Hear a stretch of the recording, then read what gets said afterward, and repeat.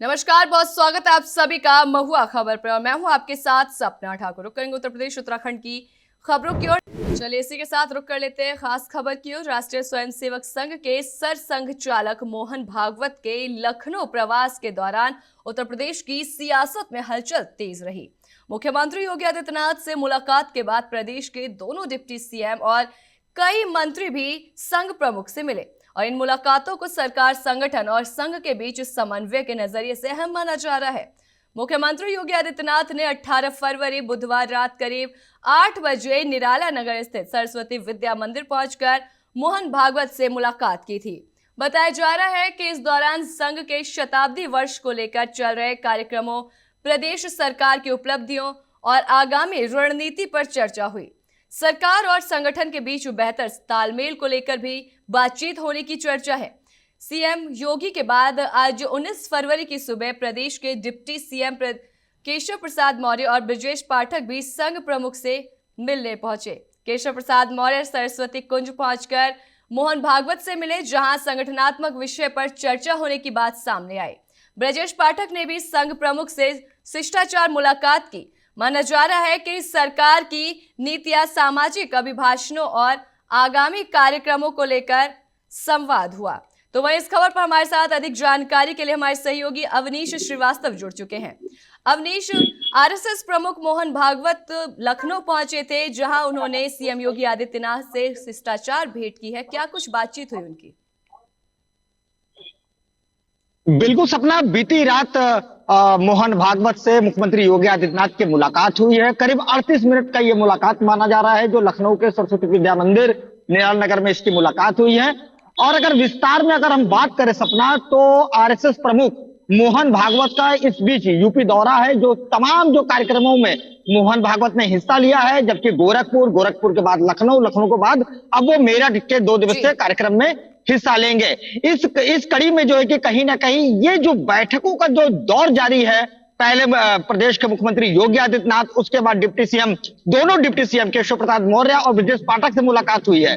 और आपको अगर बताएं तो बीते 18 तारीख की रात में निराला नगर में मुलाकात तो होती है। 48 मिनट की मुलाकात में ये साफ तौर पर ये एक अहम मुलाकात माना जा रहा है, चूंकि उत्तर प्रदेश में उपचुनाव और विधानसभा 2027 का भी चुनाव होना है। ऐसे में कहीं ना कहीं मोहन भागवत को से मुख्यमंत्री का ये जो मुलाकात की जो बातें जो सामने आ रही है, कहीं ना कहीं जो अपने प्रदेश की जो रिपोर्ट कार्ड है उसकी भी पेश होने की बात सामने आ रही है। साथ ही साथ ये काफी अहम माना जा रहा है। लेकिन एक सबसे बड़ी बात जो निकलकर ये सामने आ रही है, हालांकि मोहन भागवत जब भी यूपी के दौरे पर होते हैं, आमतौर पर कहीं ना कहीं योगी आदित्यनाथ और मोहन भागवत के बीच की मुलाकात भी देखा गया है और कई बार इसकी मुलाकातें हो चुकी हैं। लेकिन इस बार मुख्यमंत्री योगी आदित्यनाथ के बाद आज सुबह जो है कि केशव प्रसाद जो है कि उनके शिशु मंदिर निराला नगर में पहुंचते हैं। मोहन भागवत से 10 मिनट की मुलाकात होती है। उसके बाद डिप्टी सीएम ब्रजेश पाठक, जो कि अपने सरकारी आवास पे बटुकों का पूजन करते हैं, अर्चना करते हैं। बटुक का पूजन अर्चन करने के बाद ठीक बाद जो है कि वो भी मोहन भागवत से मुलाकात करते हैं। 10-10 मिनट की ये मुलाकात है।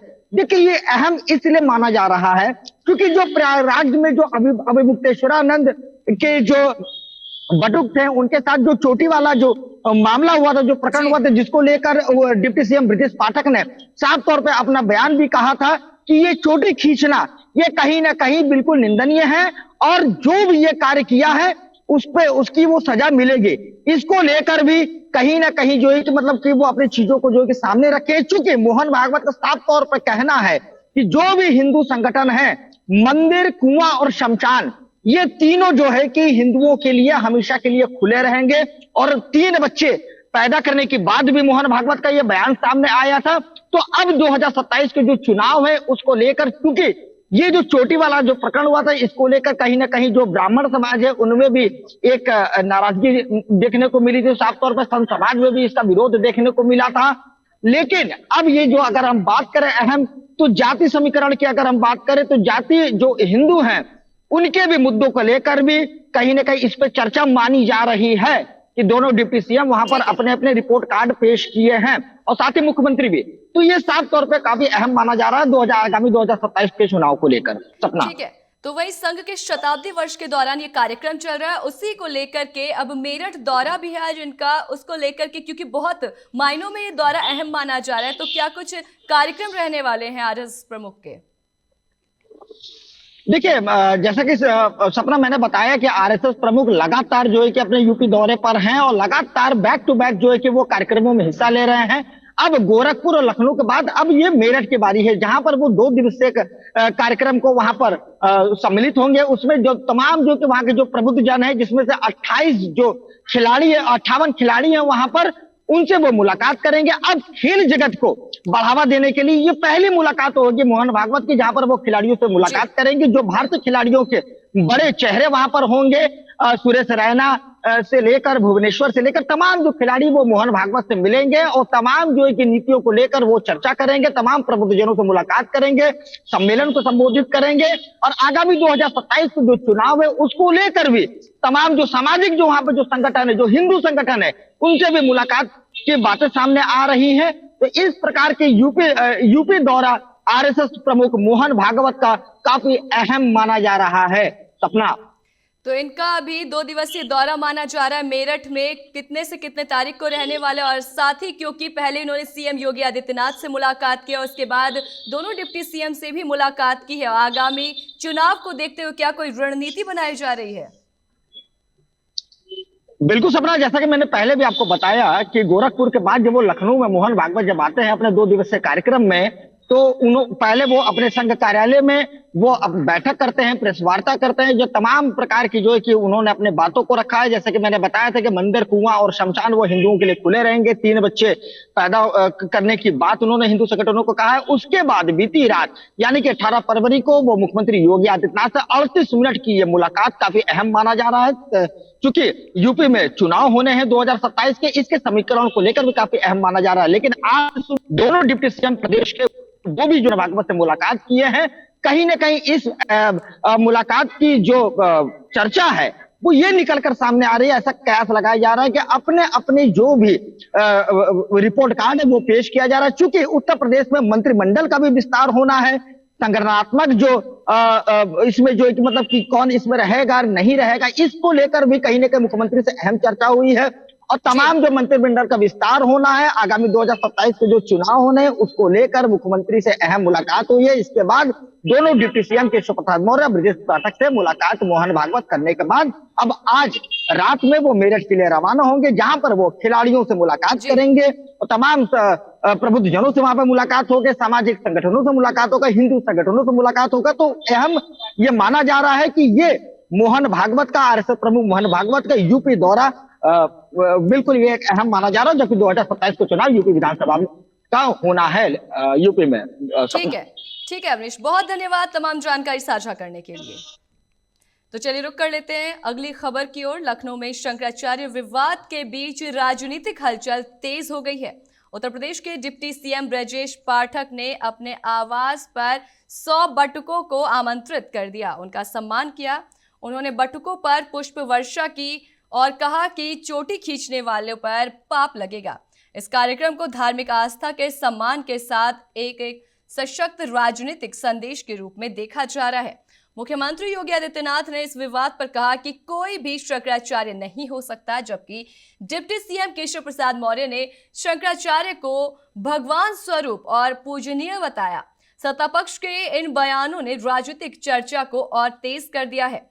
विपक्ष ने आरोप लगाया है कि धार्मिक मुद्दों का राजनीतिक लाभ के लिए उपयोग किया जा रहा है, तो वहीं सत्तारूढ़ दल इसे सनातन परंपरा के लिए सम्मान से जोड़कर देख रहा है। शंकराचार्य मुद्दे पर बयानबाजी लगातार जारी है और प्रदेश की राजनीति में इसका असर साफ दिखाई दे रहा है।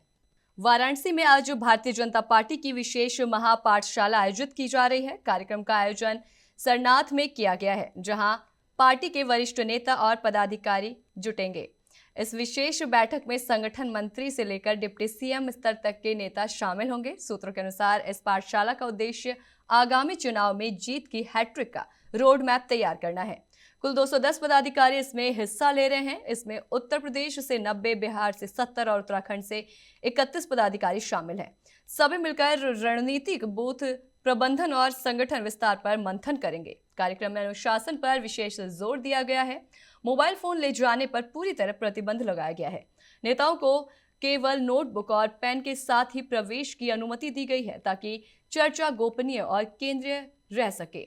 राजनीतिक दृष्टि से इस महापाठशाला को बेहद अहम माना जा रहा है, क्योंकि यहां से आगामी चुनावी रणनीति की दिशा तय होने की उम्मीद है। वृंदावन स्थित विश्व प्रसिद्ध बांके बिहारी मंदिर में हाई पावर्ड कमेटी और सेवायत गोस्वामियों के बीच विवाद गहरा गया। मंगलवार को कमेटी की 12वीं बैठक के बाद लिए गए निर्णय के तहत बुधवार को राजभोग सेवा के दौरान ठाकुर जी को परंपरा से हटकर जगमोहन में विराजमान कराया गया। दोपहर में दर्शन बंद होने के बाद जय श्यान भोग सेवा के लिए मंदिर खोला गया तो गर्भगृह पर ताला लटका मिला। सेवायत वेणु गोस्वामी और अन्य गोस्वामियों ने आरोप लगाया कि ये कदम मंदिर की परंपरा के विरुद्ध है। उनका कहना है कि ठाकुर जी केवल प्रमुख तीज त्योहारों पर ही जगमोहन में दर्शन देते हैं, जबकि कमेटी इसे नियमित व्यवस्था बनाना चाहती है। गर्भगृह पर ताला देख श्रद्धालुओं में आक्रोश फैल गया। भक्तों ने नारेबाजी करते हुए प्रशासन के फैसले का विरोध किया है। वहीं बढ़ते दबाव के बीच अंततः ताला खोला गया और दर्शन फिर से शुरू हुए। सेवाधिकारी हिमांशु गोस्वामी ने कहा कि भक्तों और सेवायतों के विरोध के चलते कमेटी को निर्णय पर पुनर्विचार करना पड़ा। फिलहाल मंदिर में स्थिति सामान्य है, लेकिन विवाद ने परंपरा बनाम नई व्यवस्था की बहस को तेज कर दिया है। कौशाम्बी जनपद में यमुना नदी क्षेत्र में अवैध बालू खनन और ओवरलोड परिवहन को लेकर गंभीर आरोप सामने आए हैं। स्थानीय नागरिकों और सूत्रों का दावा है कि निर्धारित मानकों की अनदेखी कर बीच धारा से नावों और मशीनों के जरिए बड़े पैमाने पर बालू निकासी की जा रही है। नियमों के अनुसार सीमित क्षेत्र और तय गहराई तक ही खनन की अनुमति होती है, लेकिन वायरल वीडियो में सैकड़ों नाव से खनन और नदी किनारे मंडी जैसे हालात दिखाई देने का दावा किया जा रहा है। आरोप यह है कि प्रयागराज जनपद के नौडीहा, मझियारी और सेमरी पट्टों से निकली बालू का परिवहन कौशाम्बी मार्ग से ओवरलोड वाहनों द्वारा किया जा रहा है। कई ट्रैक्टर, ट्रक और डंपर बिना वैध ई रवाना के संचालित होने की बात कही जा रही है, जिससे राजस्व हानि और सड़क सुरक्षा पर खतरा बढ़ रहा है। थाना महेवा घाट और करारी क्षेत्र में कथित एंट्री सिस्टम के जरिए वसूली के आरोपों ने मामले को और संवेदनशील बना दिया है। हालांकि इन आरोपों की आधिकारिक पुष्टि नहीं हुई है। स्थानीय लोगों ने निष्पक्ष और उच्च स्तरीय जांच की मांग की है ताकि तथ्य सामने आ सके और दोषियों पर कार्रवाई हो सके। तो इसी के साथ झांसी जनपद के मऊरानीपुर क्षेत्र स्थित बड़ा गांव ग्राम पंचायत में विकास कार्यों को लेकर जांच शुरू हो गई है। इससे पहले एक्सेव और तिलेरा गांव में हुई जांच में अनियमितताएं सामने आने के बाद अब बड़ा गांव पंचायत भी जांच के दायरे में आ गई है। झांसी से पहले अधिकारी शिवशंकर ने ग्राम पंचायत के अभिलेखों की प्रारंभिक जांच की। उन्होंने ग्राम प्रधान और ग्राम विकास अधिकारी को निर्देश दिया है कि 1 सप्ताह के भीतर सभी संबंधित दस्तावेज, बिल भुगतान विवरण और कार्यों के फोटोग्राफ्स प्रस्तुत किए जाएं। सूत्रों के अनुसार गांव में कराए गए सड़क, नाली, हैंडपंप और आवास योजना समेत कई विकास कार्यों को लेकर शिकायतें मिली। जांच टीम ने मौके पर पहुंचकर कार्यों की भौतिक स्थिति का निरीक्षण भी किया। ग्रामीणों का आरोप है कि कुछ काम कागजों में पूरे दिखाए गए हैं, जबकि जमीन पर स्थिति अलग है। वहीं ग्राम प्रधान पक्ष का कहना है कि सभी कार्य नियमों के तहत कराए गए हैं और वे जांच में पूरा सहयोग करेंगे। अब प्रस्तुत साक्ष्यों के आधार पर रिपोर्ट तैयार की जाएगी, जिसके बाद आगे की कार्रवाई तय होगी। तो फिलहाल के लिए बस इतना ही। खबरों का सिलसिला यूं ही जारी रहेगा। आप देखते रहें महुआ खबर। नमस्कार।